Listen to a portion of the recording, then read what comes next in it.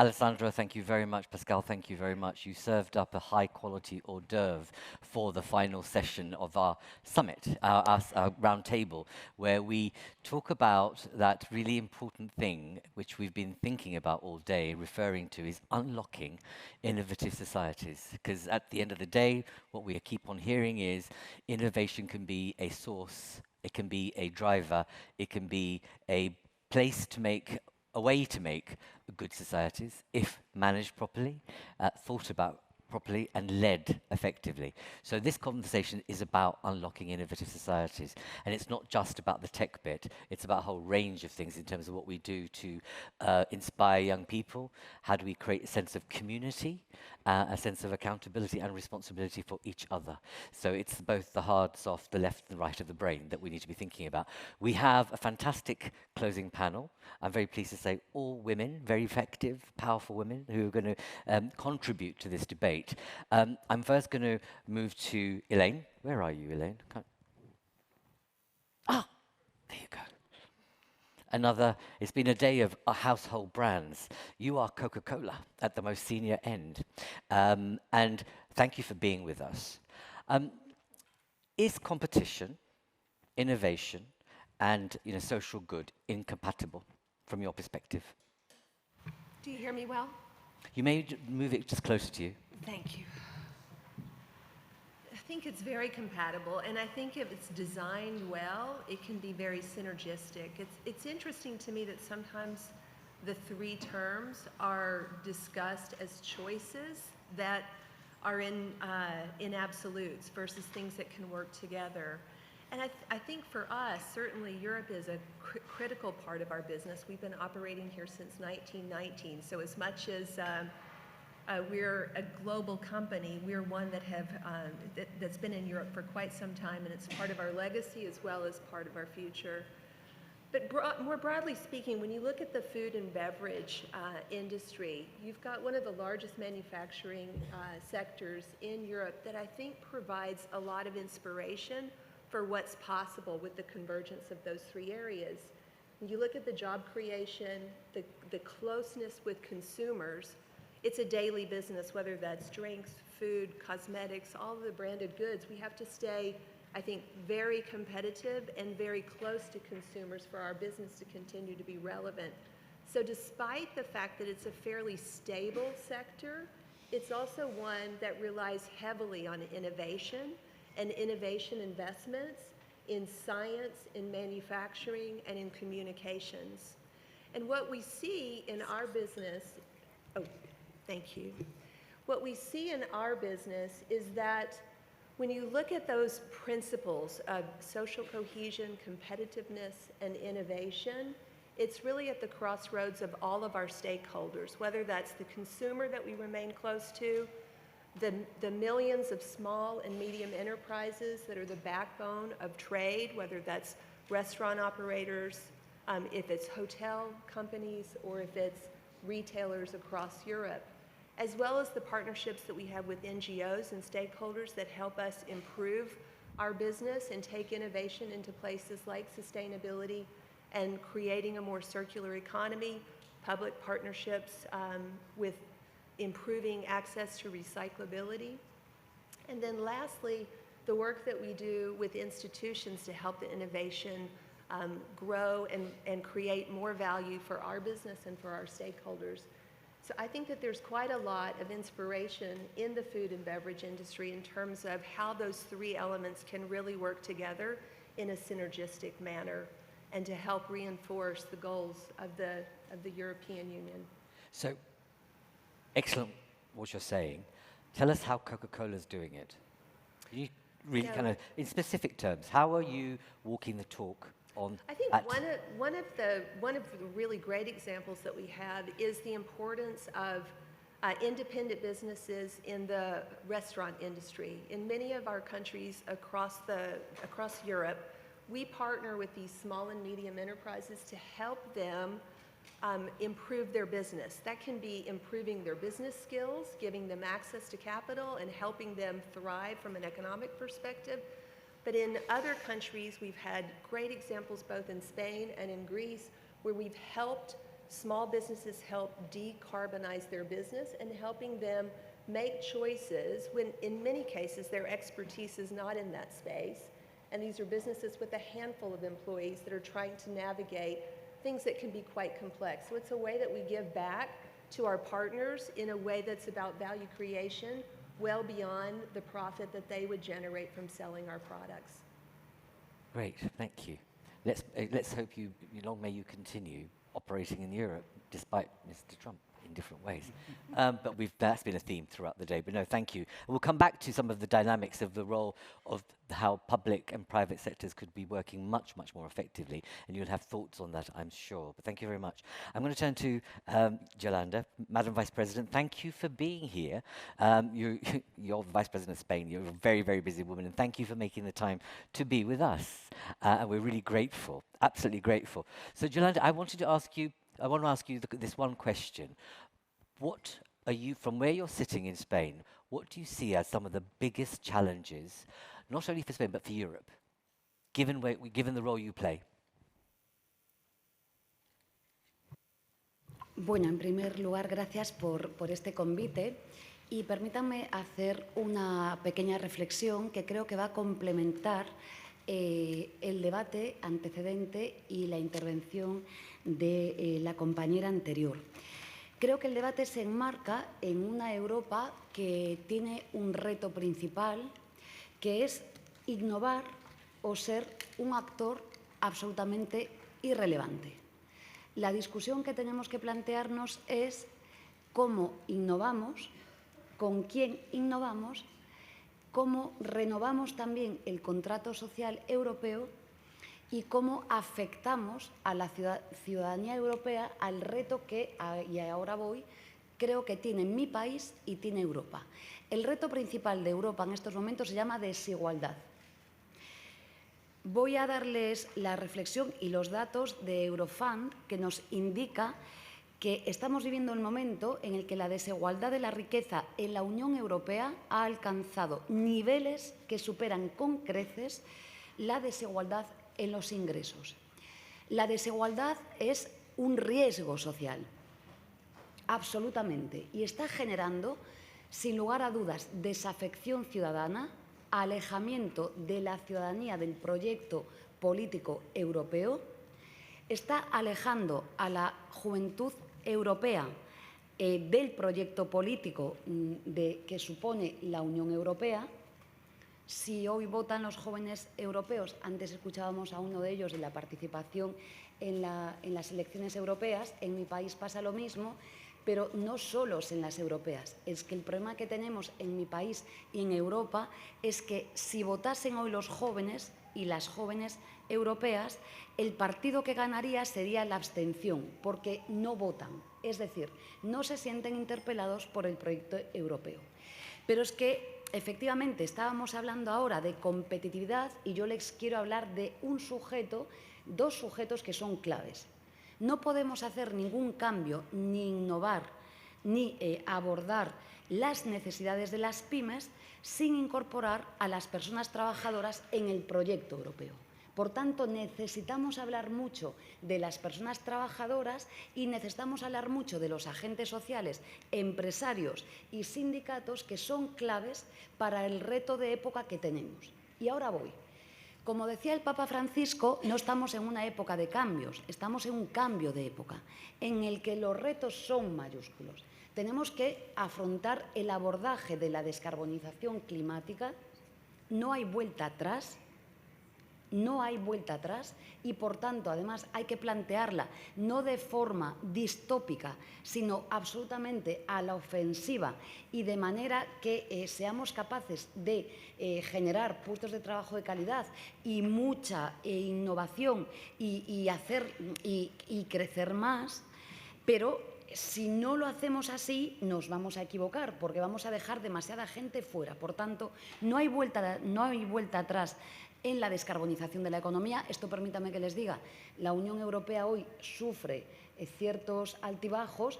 Recuerden ustedes la última negociación de la presidenta de la Comisión ante las movilizaciones legítimas de los productores, ganaderos y ganaderas y agricultores europeos fue rebajar los estándares del Pacto Verde Europeo, lo cual digo, esto es un error. Con datos demoscópicos europeos, la juventud europea sí quiere que trabajemos por el cambio climático, le vote a quien le vote, pero es una asignatura que no podemos dejar a un lado. Por tanto, la descarbonización de la economía es clave. En segundo lugar, el abordaje de la sociedad, de la digitalización. Tenemos que hacer un nuevo contrato social que es europeo, pero que es ante una sociedad digital. Y permítame que les diga, el reto de Europa es mayúsculo. Les decía antes, el reto de Europa es innovar o ser irrelevante. Bien, por decirlo en una imagen, vivimos una guerra fría de la inteligencia artificial.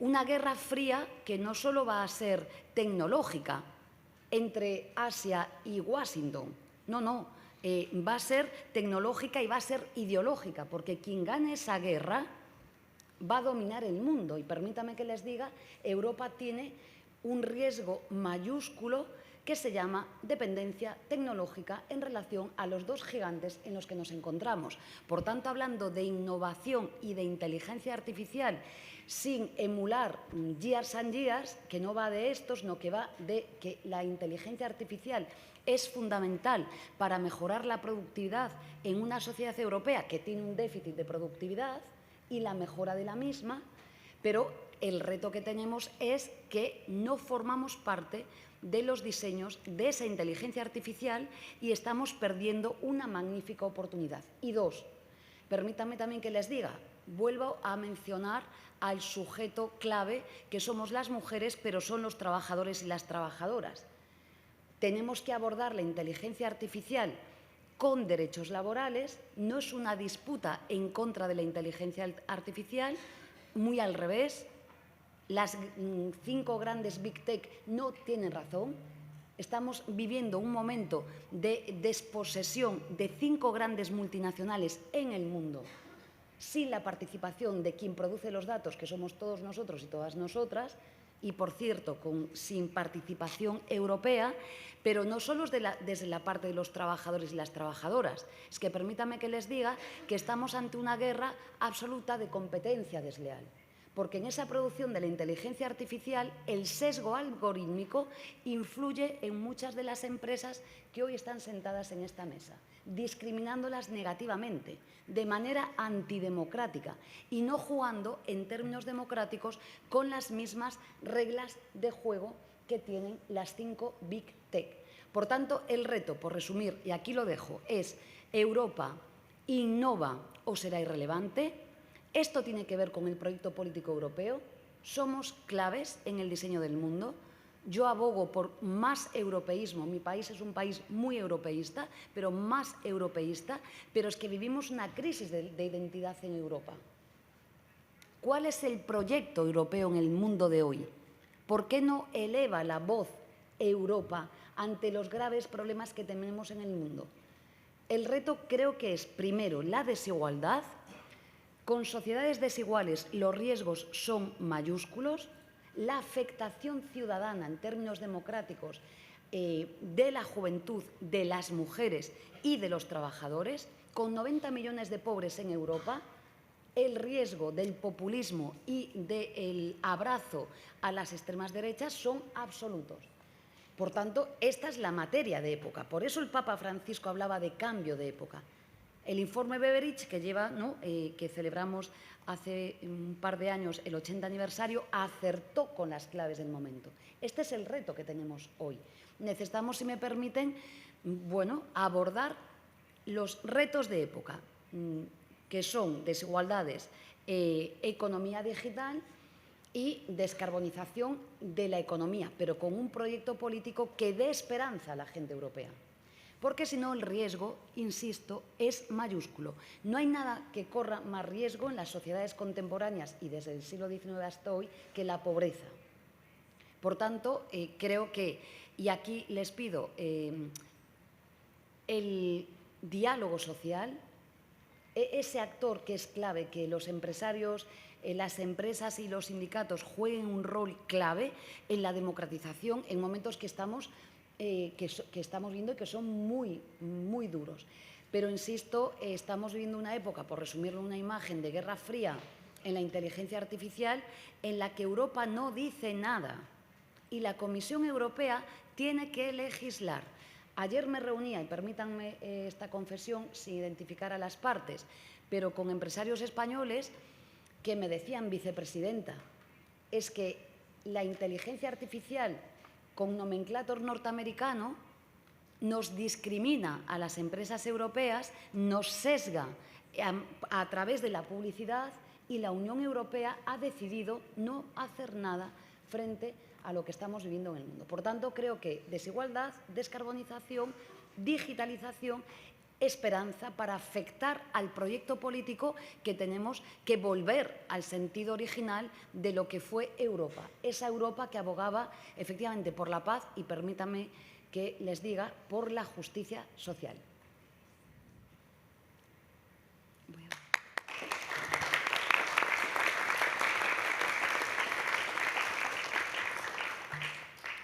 Thank you, Madam Vice President. Yolanda, we really needed that.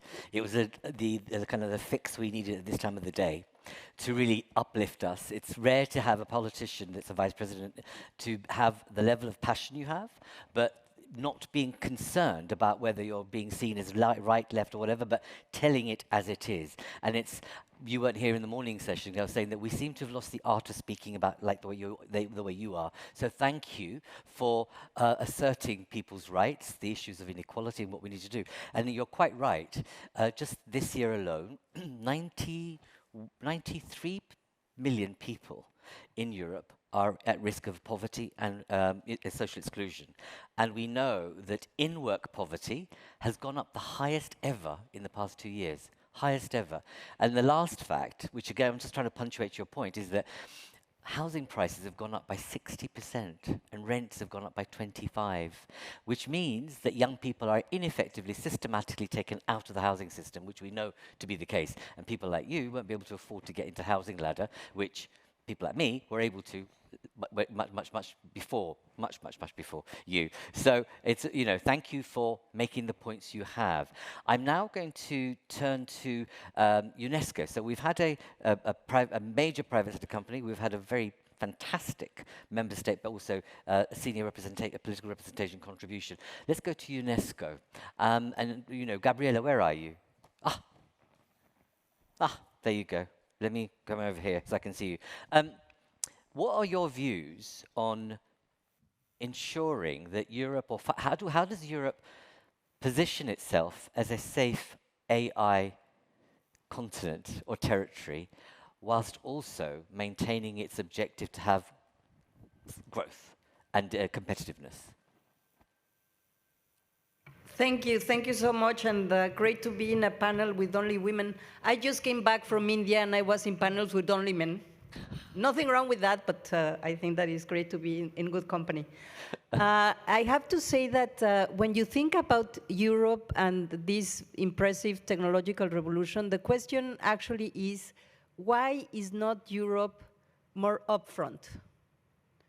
I am implementing the recommendation on the ethics of artificial intelligence in 193 countries. We have 80 countries that have made their assessment of how they are in terms of infrastructure, talent, data centers, computing capacity, institutional norms, which is also very important to ensure that we don't get the problems that the Vice President was mentioning. And I have to say that when you see Europe, you say, well, you have it all. It's there. I mean, you have fantastic research institutions, you have the legislation, you have the rule of law, you have talent, and at the end, what does it explain that in 2023, we have 190 millions invested, billions, because now we talk about billions and trillions. Forget about millions, never existed. 190 billions invested in AI, and Europe invested 9. I mean, for those that are economists around the table, you will understand that size matter, and if you invest just 1/10 or less than 1/10, 5% of what is invested worldwide, you will be lagging behind. And I think that's the core. But for me, the more important part of this conversation is that Europe stands as a pillar that is still saying we can go and be productive by being also inclusive and by being sustainable.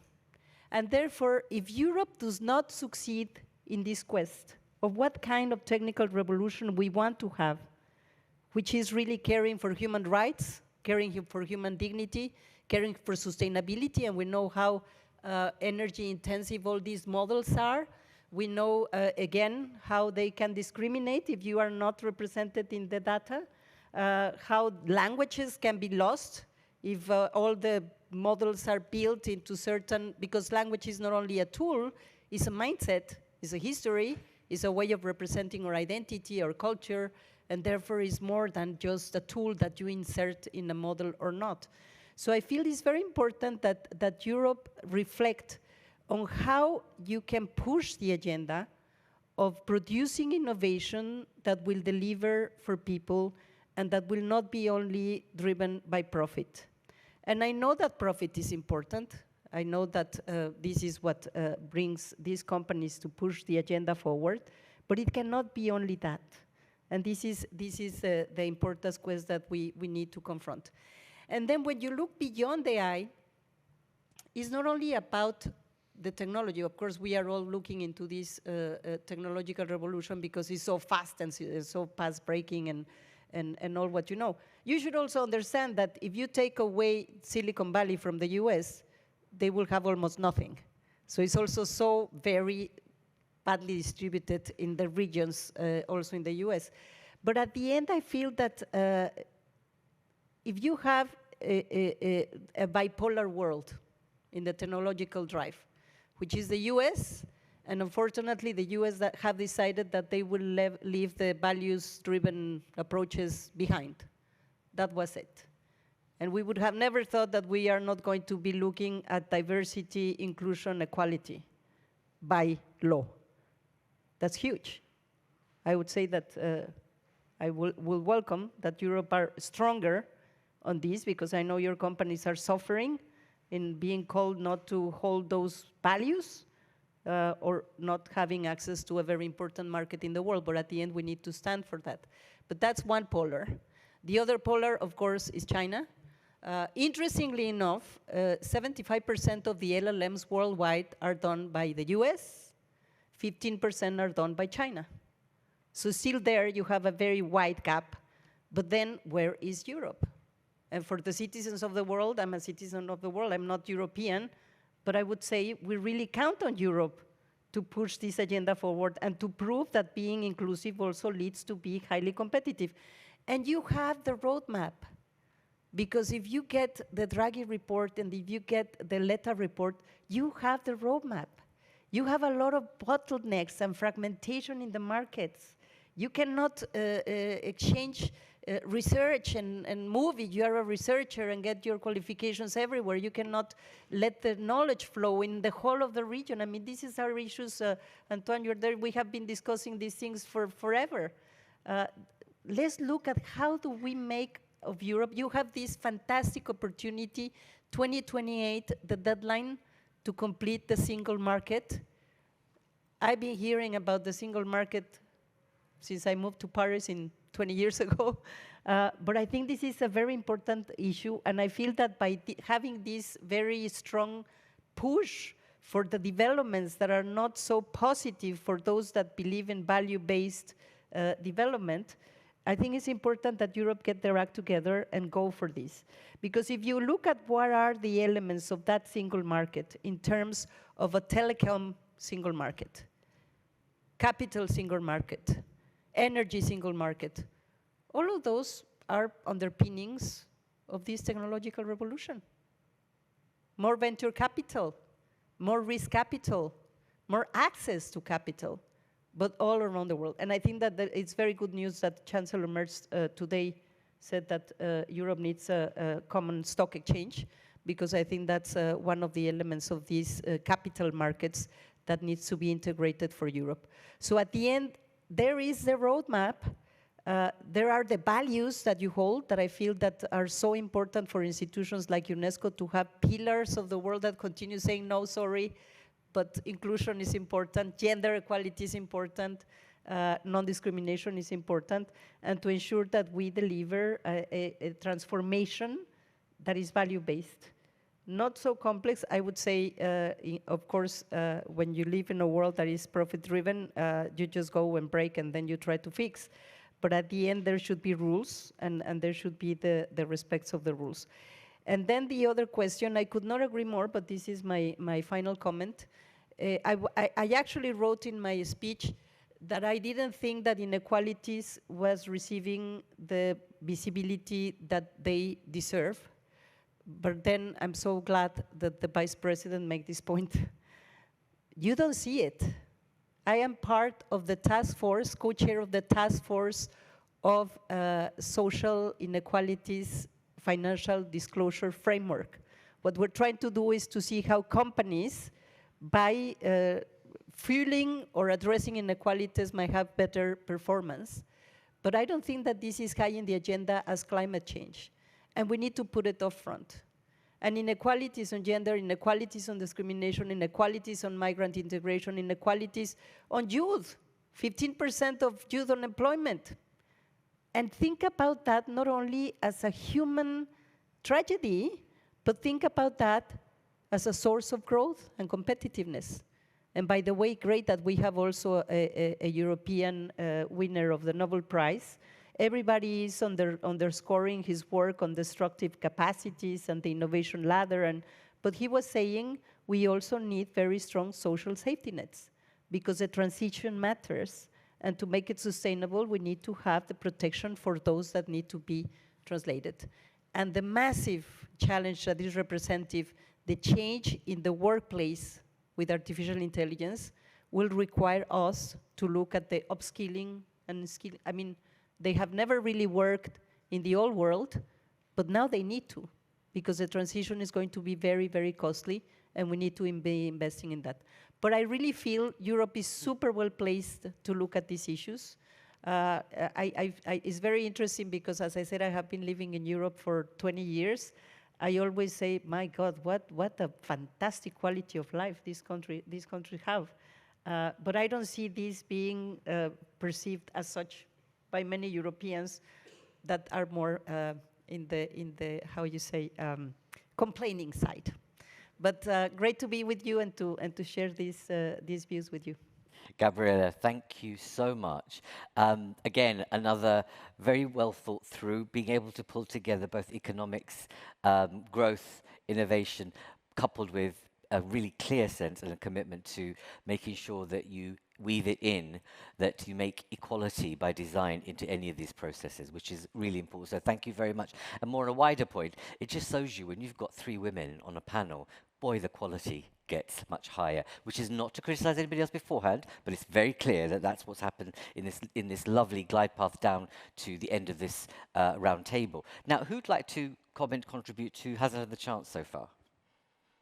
You don't start all looking down, because if I get your eyes, I will pick you at some point.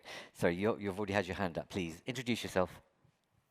Hi everyone, I'm Xavier. I'm here in Brussels, and developing the Commons Hub here just a year ago.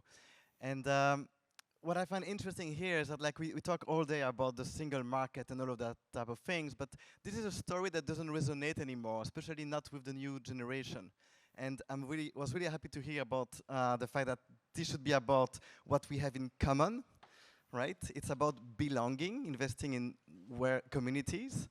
And so I would love to see more in the future events, like having conversation, and maybe we should need to have a commission person to basically be about the commons, the digital commons, the commons in Europe, and making sure that we invest in those. How can we rebuild Europe of cities, Europe of regions, and Europe of citizens that are basically rebuilding this sense of belonging. So that's what I would love to see more. Just out of curiosity here, how many people work for a for-profit company? For a for-profit company? How many people, okay? How many people work for a non-profit company? For a yeah? All right, and how many of you work for a cooperative? Okay, there is 1, 2 persons, three persons here. So you know, we cannot discover a new world with an old map. And I think like we also need to think about the vehicles that we use to organize ourselves. I think cooperatives are a big part in helping us developing this sense of belonging. So I would really invite all of you to to invest more time in cooperatives, invest more time in your local communities. I think all of us will learn a lot to drive another type of conversation and a new story that will include many more Europeans. Thank you. Please. And can I just warn that I've seen you already. We have two ex-commissioners here in this room who also happen to be trustees. I would really love to have your reflections on what you've heard so far and where you think we are at this moment and what needs to happen. I invite you, I won't demand that you contribute, both of you, but it would be great if you could. But firstly, introduce yourself. Yes. Hello, good afternoon. My name is Vidya Sampath and I represent Tata Consultancy Services. So this is the IT services part of the Tata Group, which has its historical origins in India. We are based here in Europe for many years and serving some of the well-known companies here in Europe. So the point I wanted to actually talk about is that there was this whole discussion in the morning about regulations and how that might be hampering competitiveness, which is what we're talking about now. But regulation, from our perspective, actually supports competitiveness. We think that European way of life, Europe as the kind of quality of life global leader, that is based on regulations, based on safe water, safe medicines, including diversity and inclusion, as Madam Ramos just mentioned. So a world without regulations would be chaos. Thank God that we all understand the same thing with red, orange, and green traffic lights. So regulations, from an industry perspective, provide a clear, common, fair, agreed standards. And at that point, business can start investing at scale without having kind of the PTSD, if you like, of the cost of compliance and complexity of compliance, because that is the problem, not regulations themselves. So I would argue that Europe today, to preserve what has been created, this amazing quality of life, it's a battle worth fighting, and that can be done with technology, that you can build regulations that actually self-execute using technology, like blockchain, like built-in reporting, a kind of compliance by design. And Europe could actually become a leader in building not just digital infrastructure, but a trust infrastructure. Europe will not compete by lowering standards. It will compete by lowering the cost of compliance.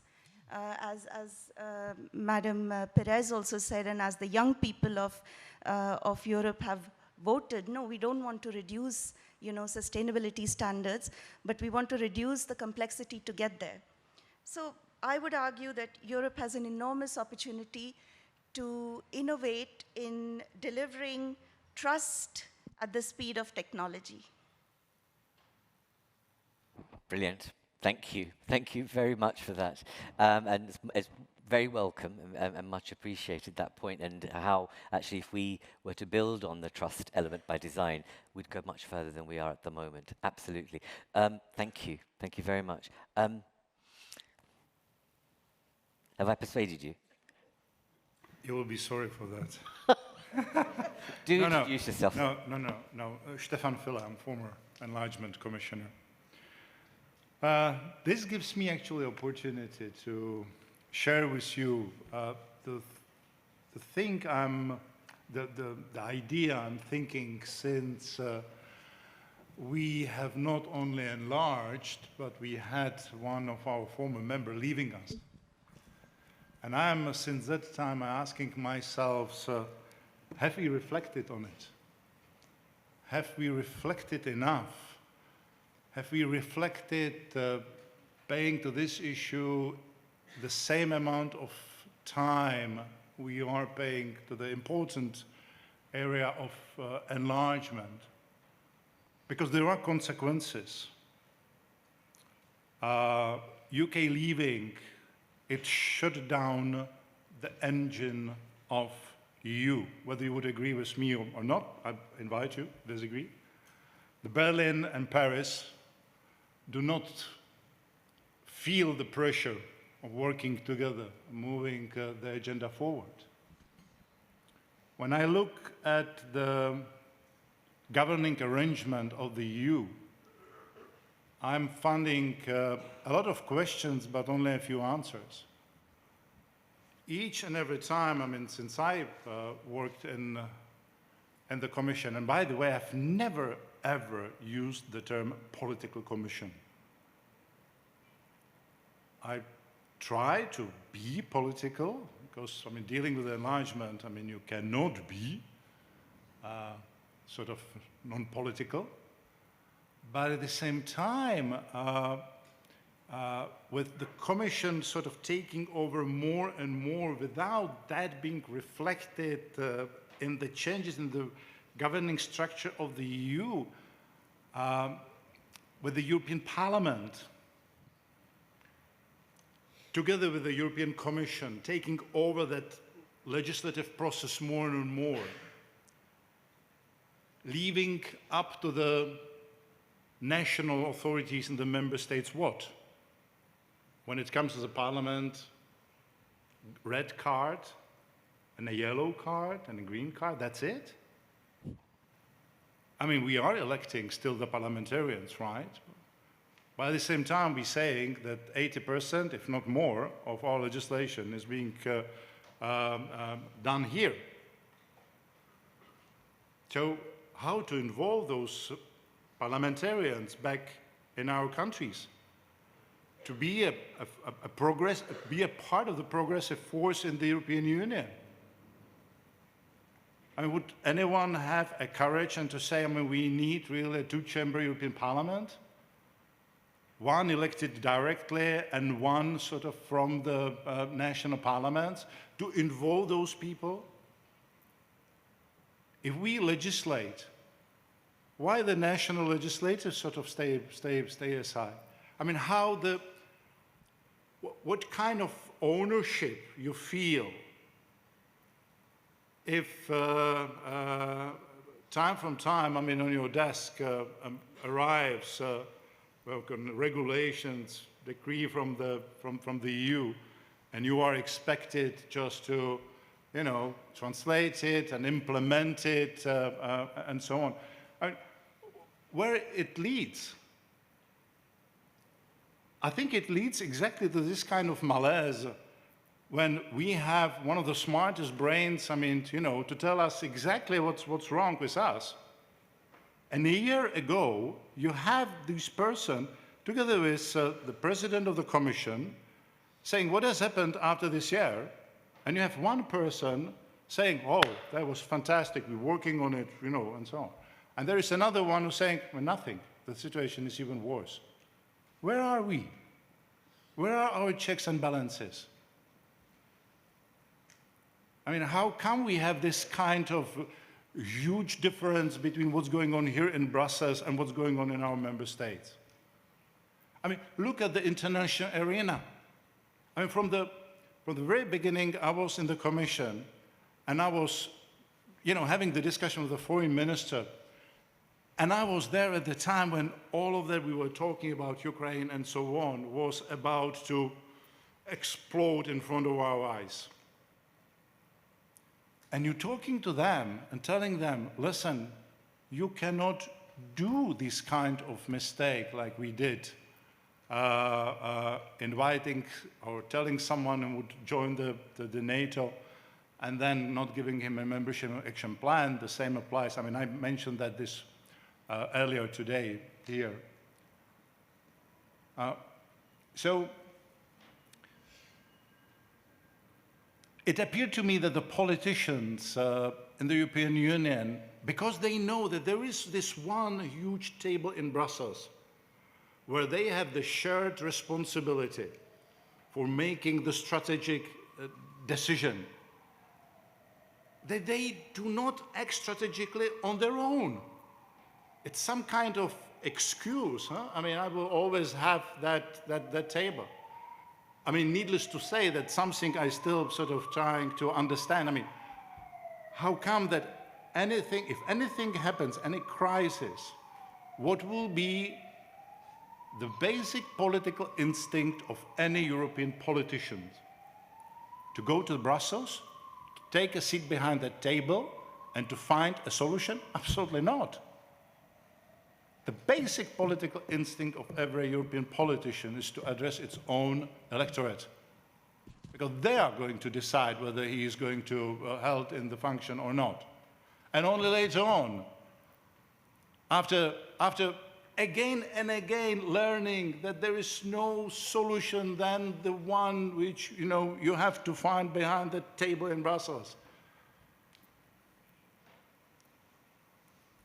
Can I stop here? You can. Thank you. Very good. Thank you very much. I'm glad I brought you in. Sir, can I invite you? Would you forgive me and not hold it against me? Please introduce yourself. Want me? Give us your reflections. Stefan, just set out, Okay. some of the contradictions and things that are happening, a very palpable sense of the kind of us versus the me. Us being Commission, me being my member state, and never the two twain shall meet, often. So, your reflections on some of the debates that we had?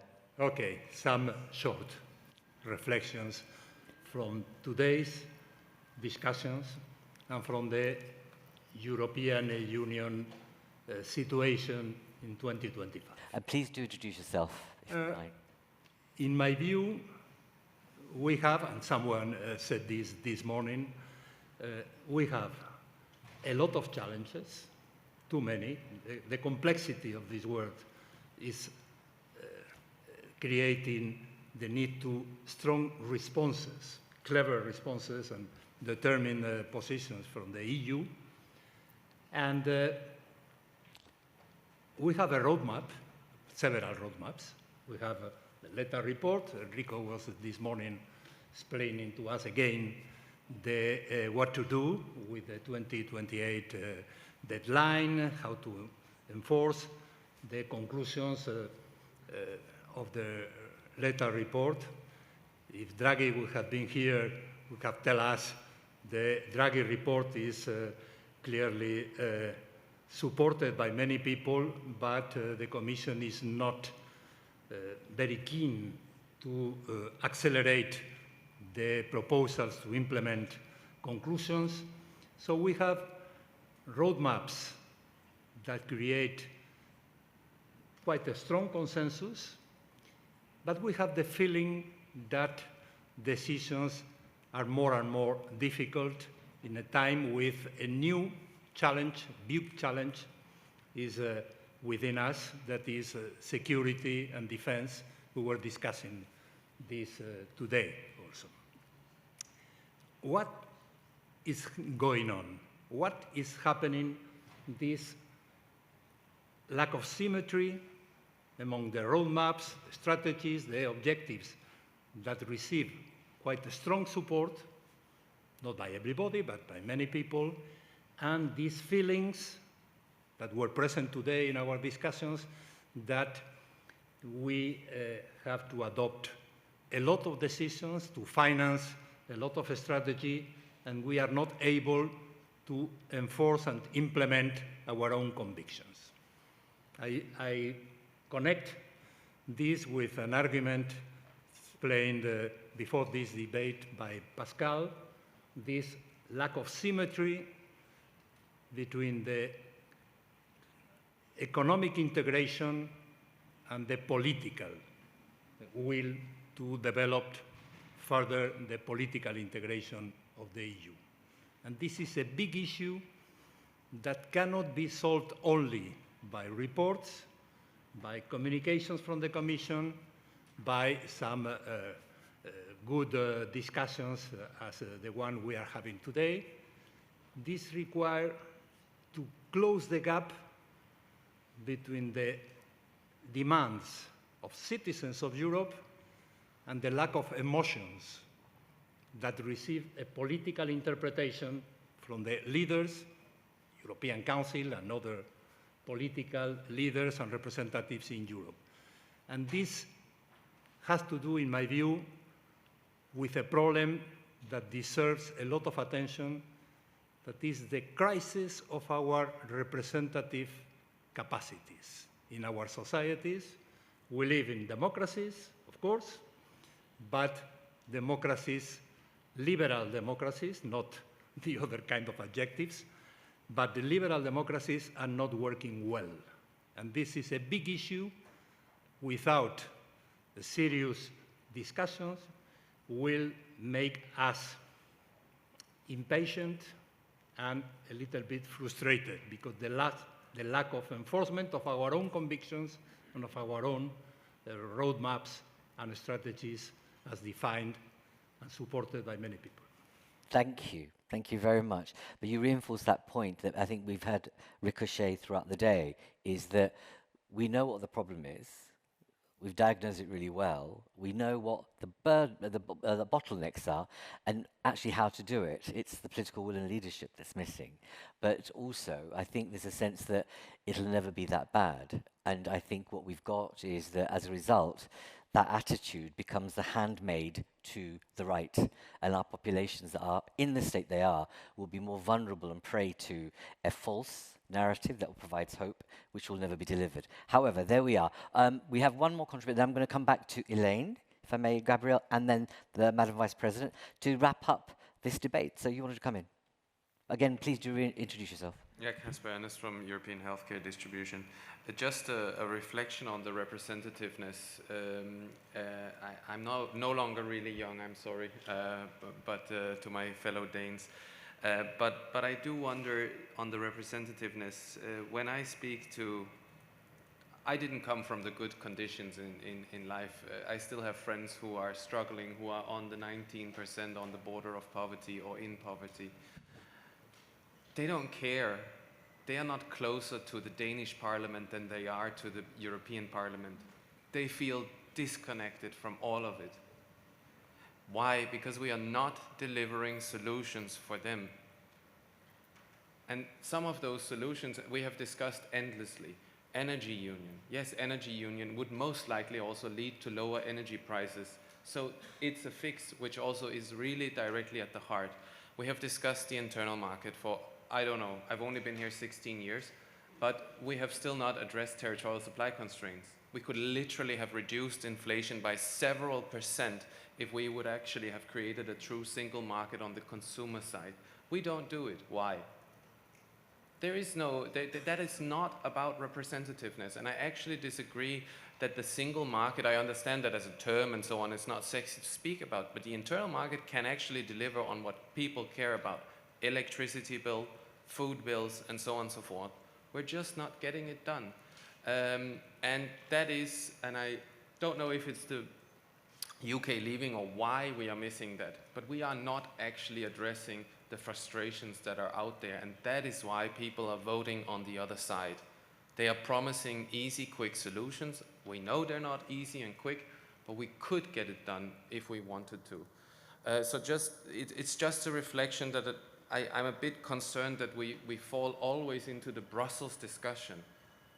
Most of my friends have no clue what is decided in Brussels or what's decided in the Danish parliament, and they don't give a damn.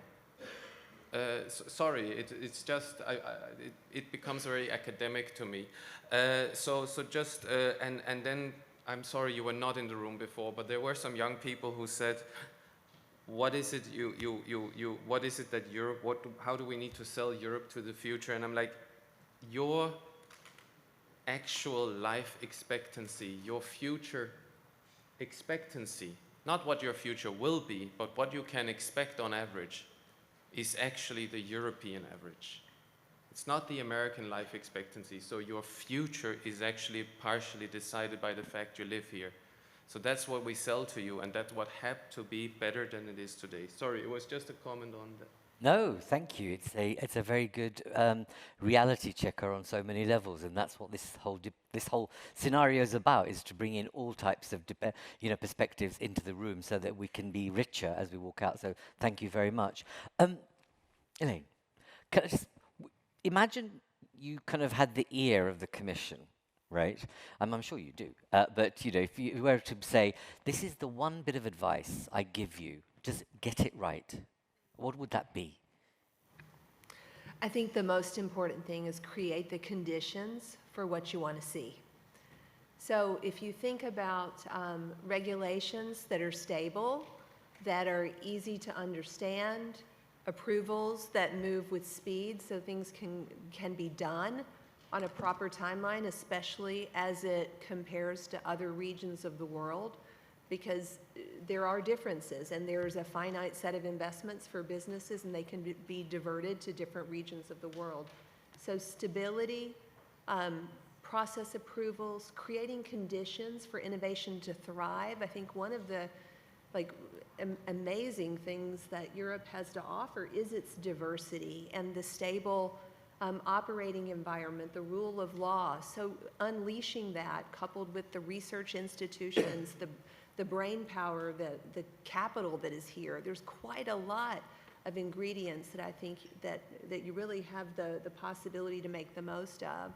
And then helping employees or workers have transferable skills, helping them continue to learn and make sure that they can move just as easily with the skills that they have with the intent of movement across the countries within Europe.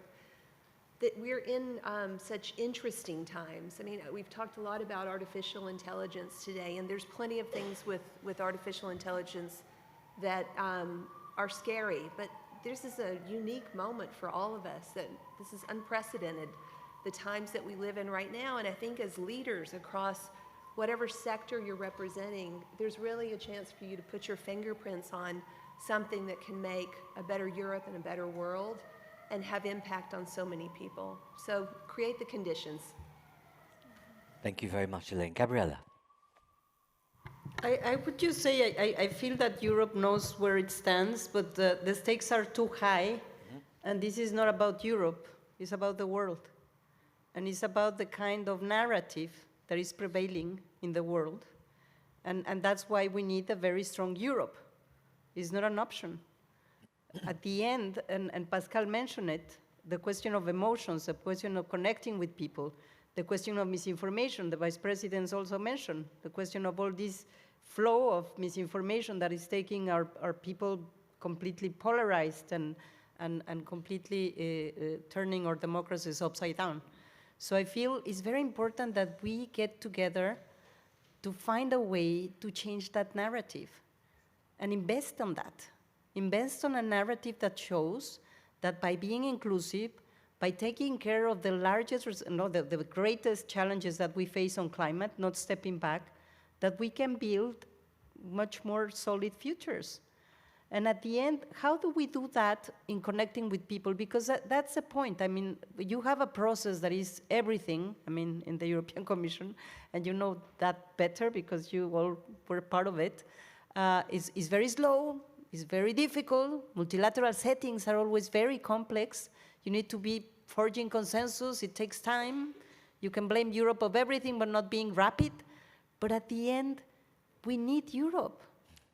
And we need Europe to come out with this possibility of saying, by being inclusive, we really can deliver higher productivity and higher growth.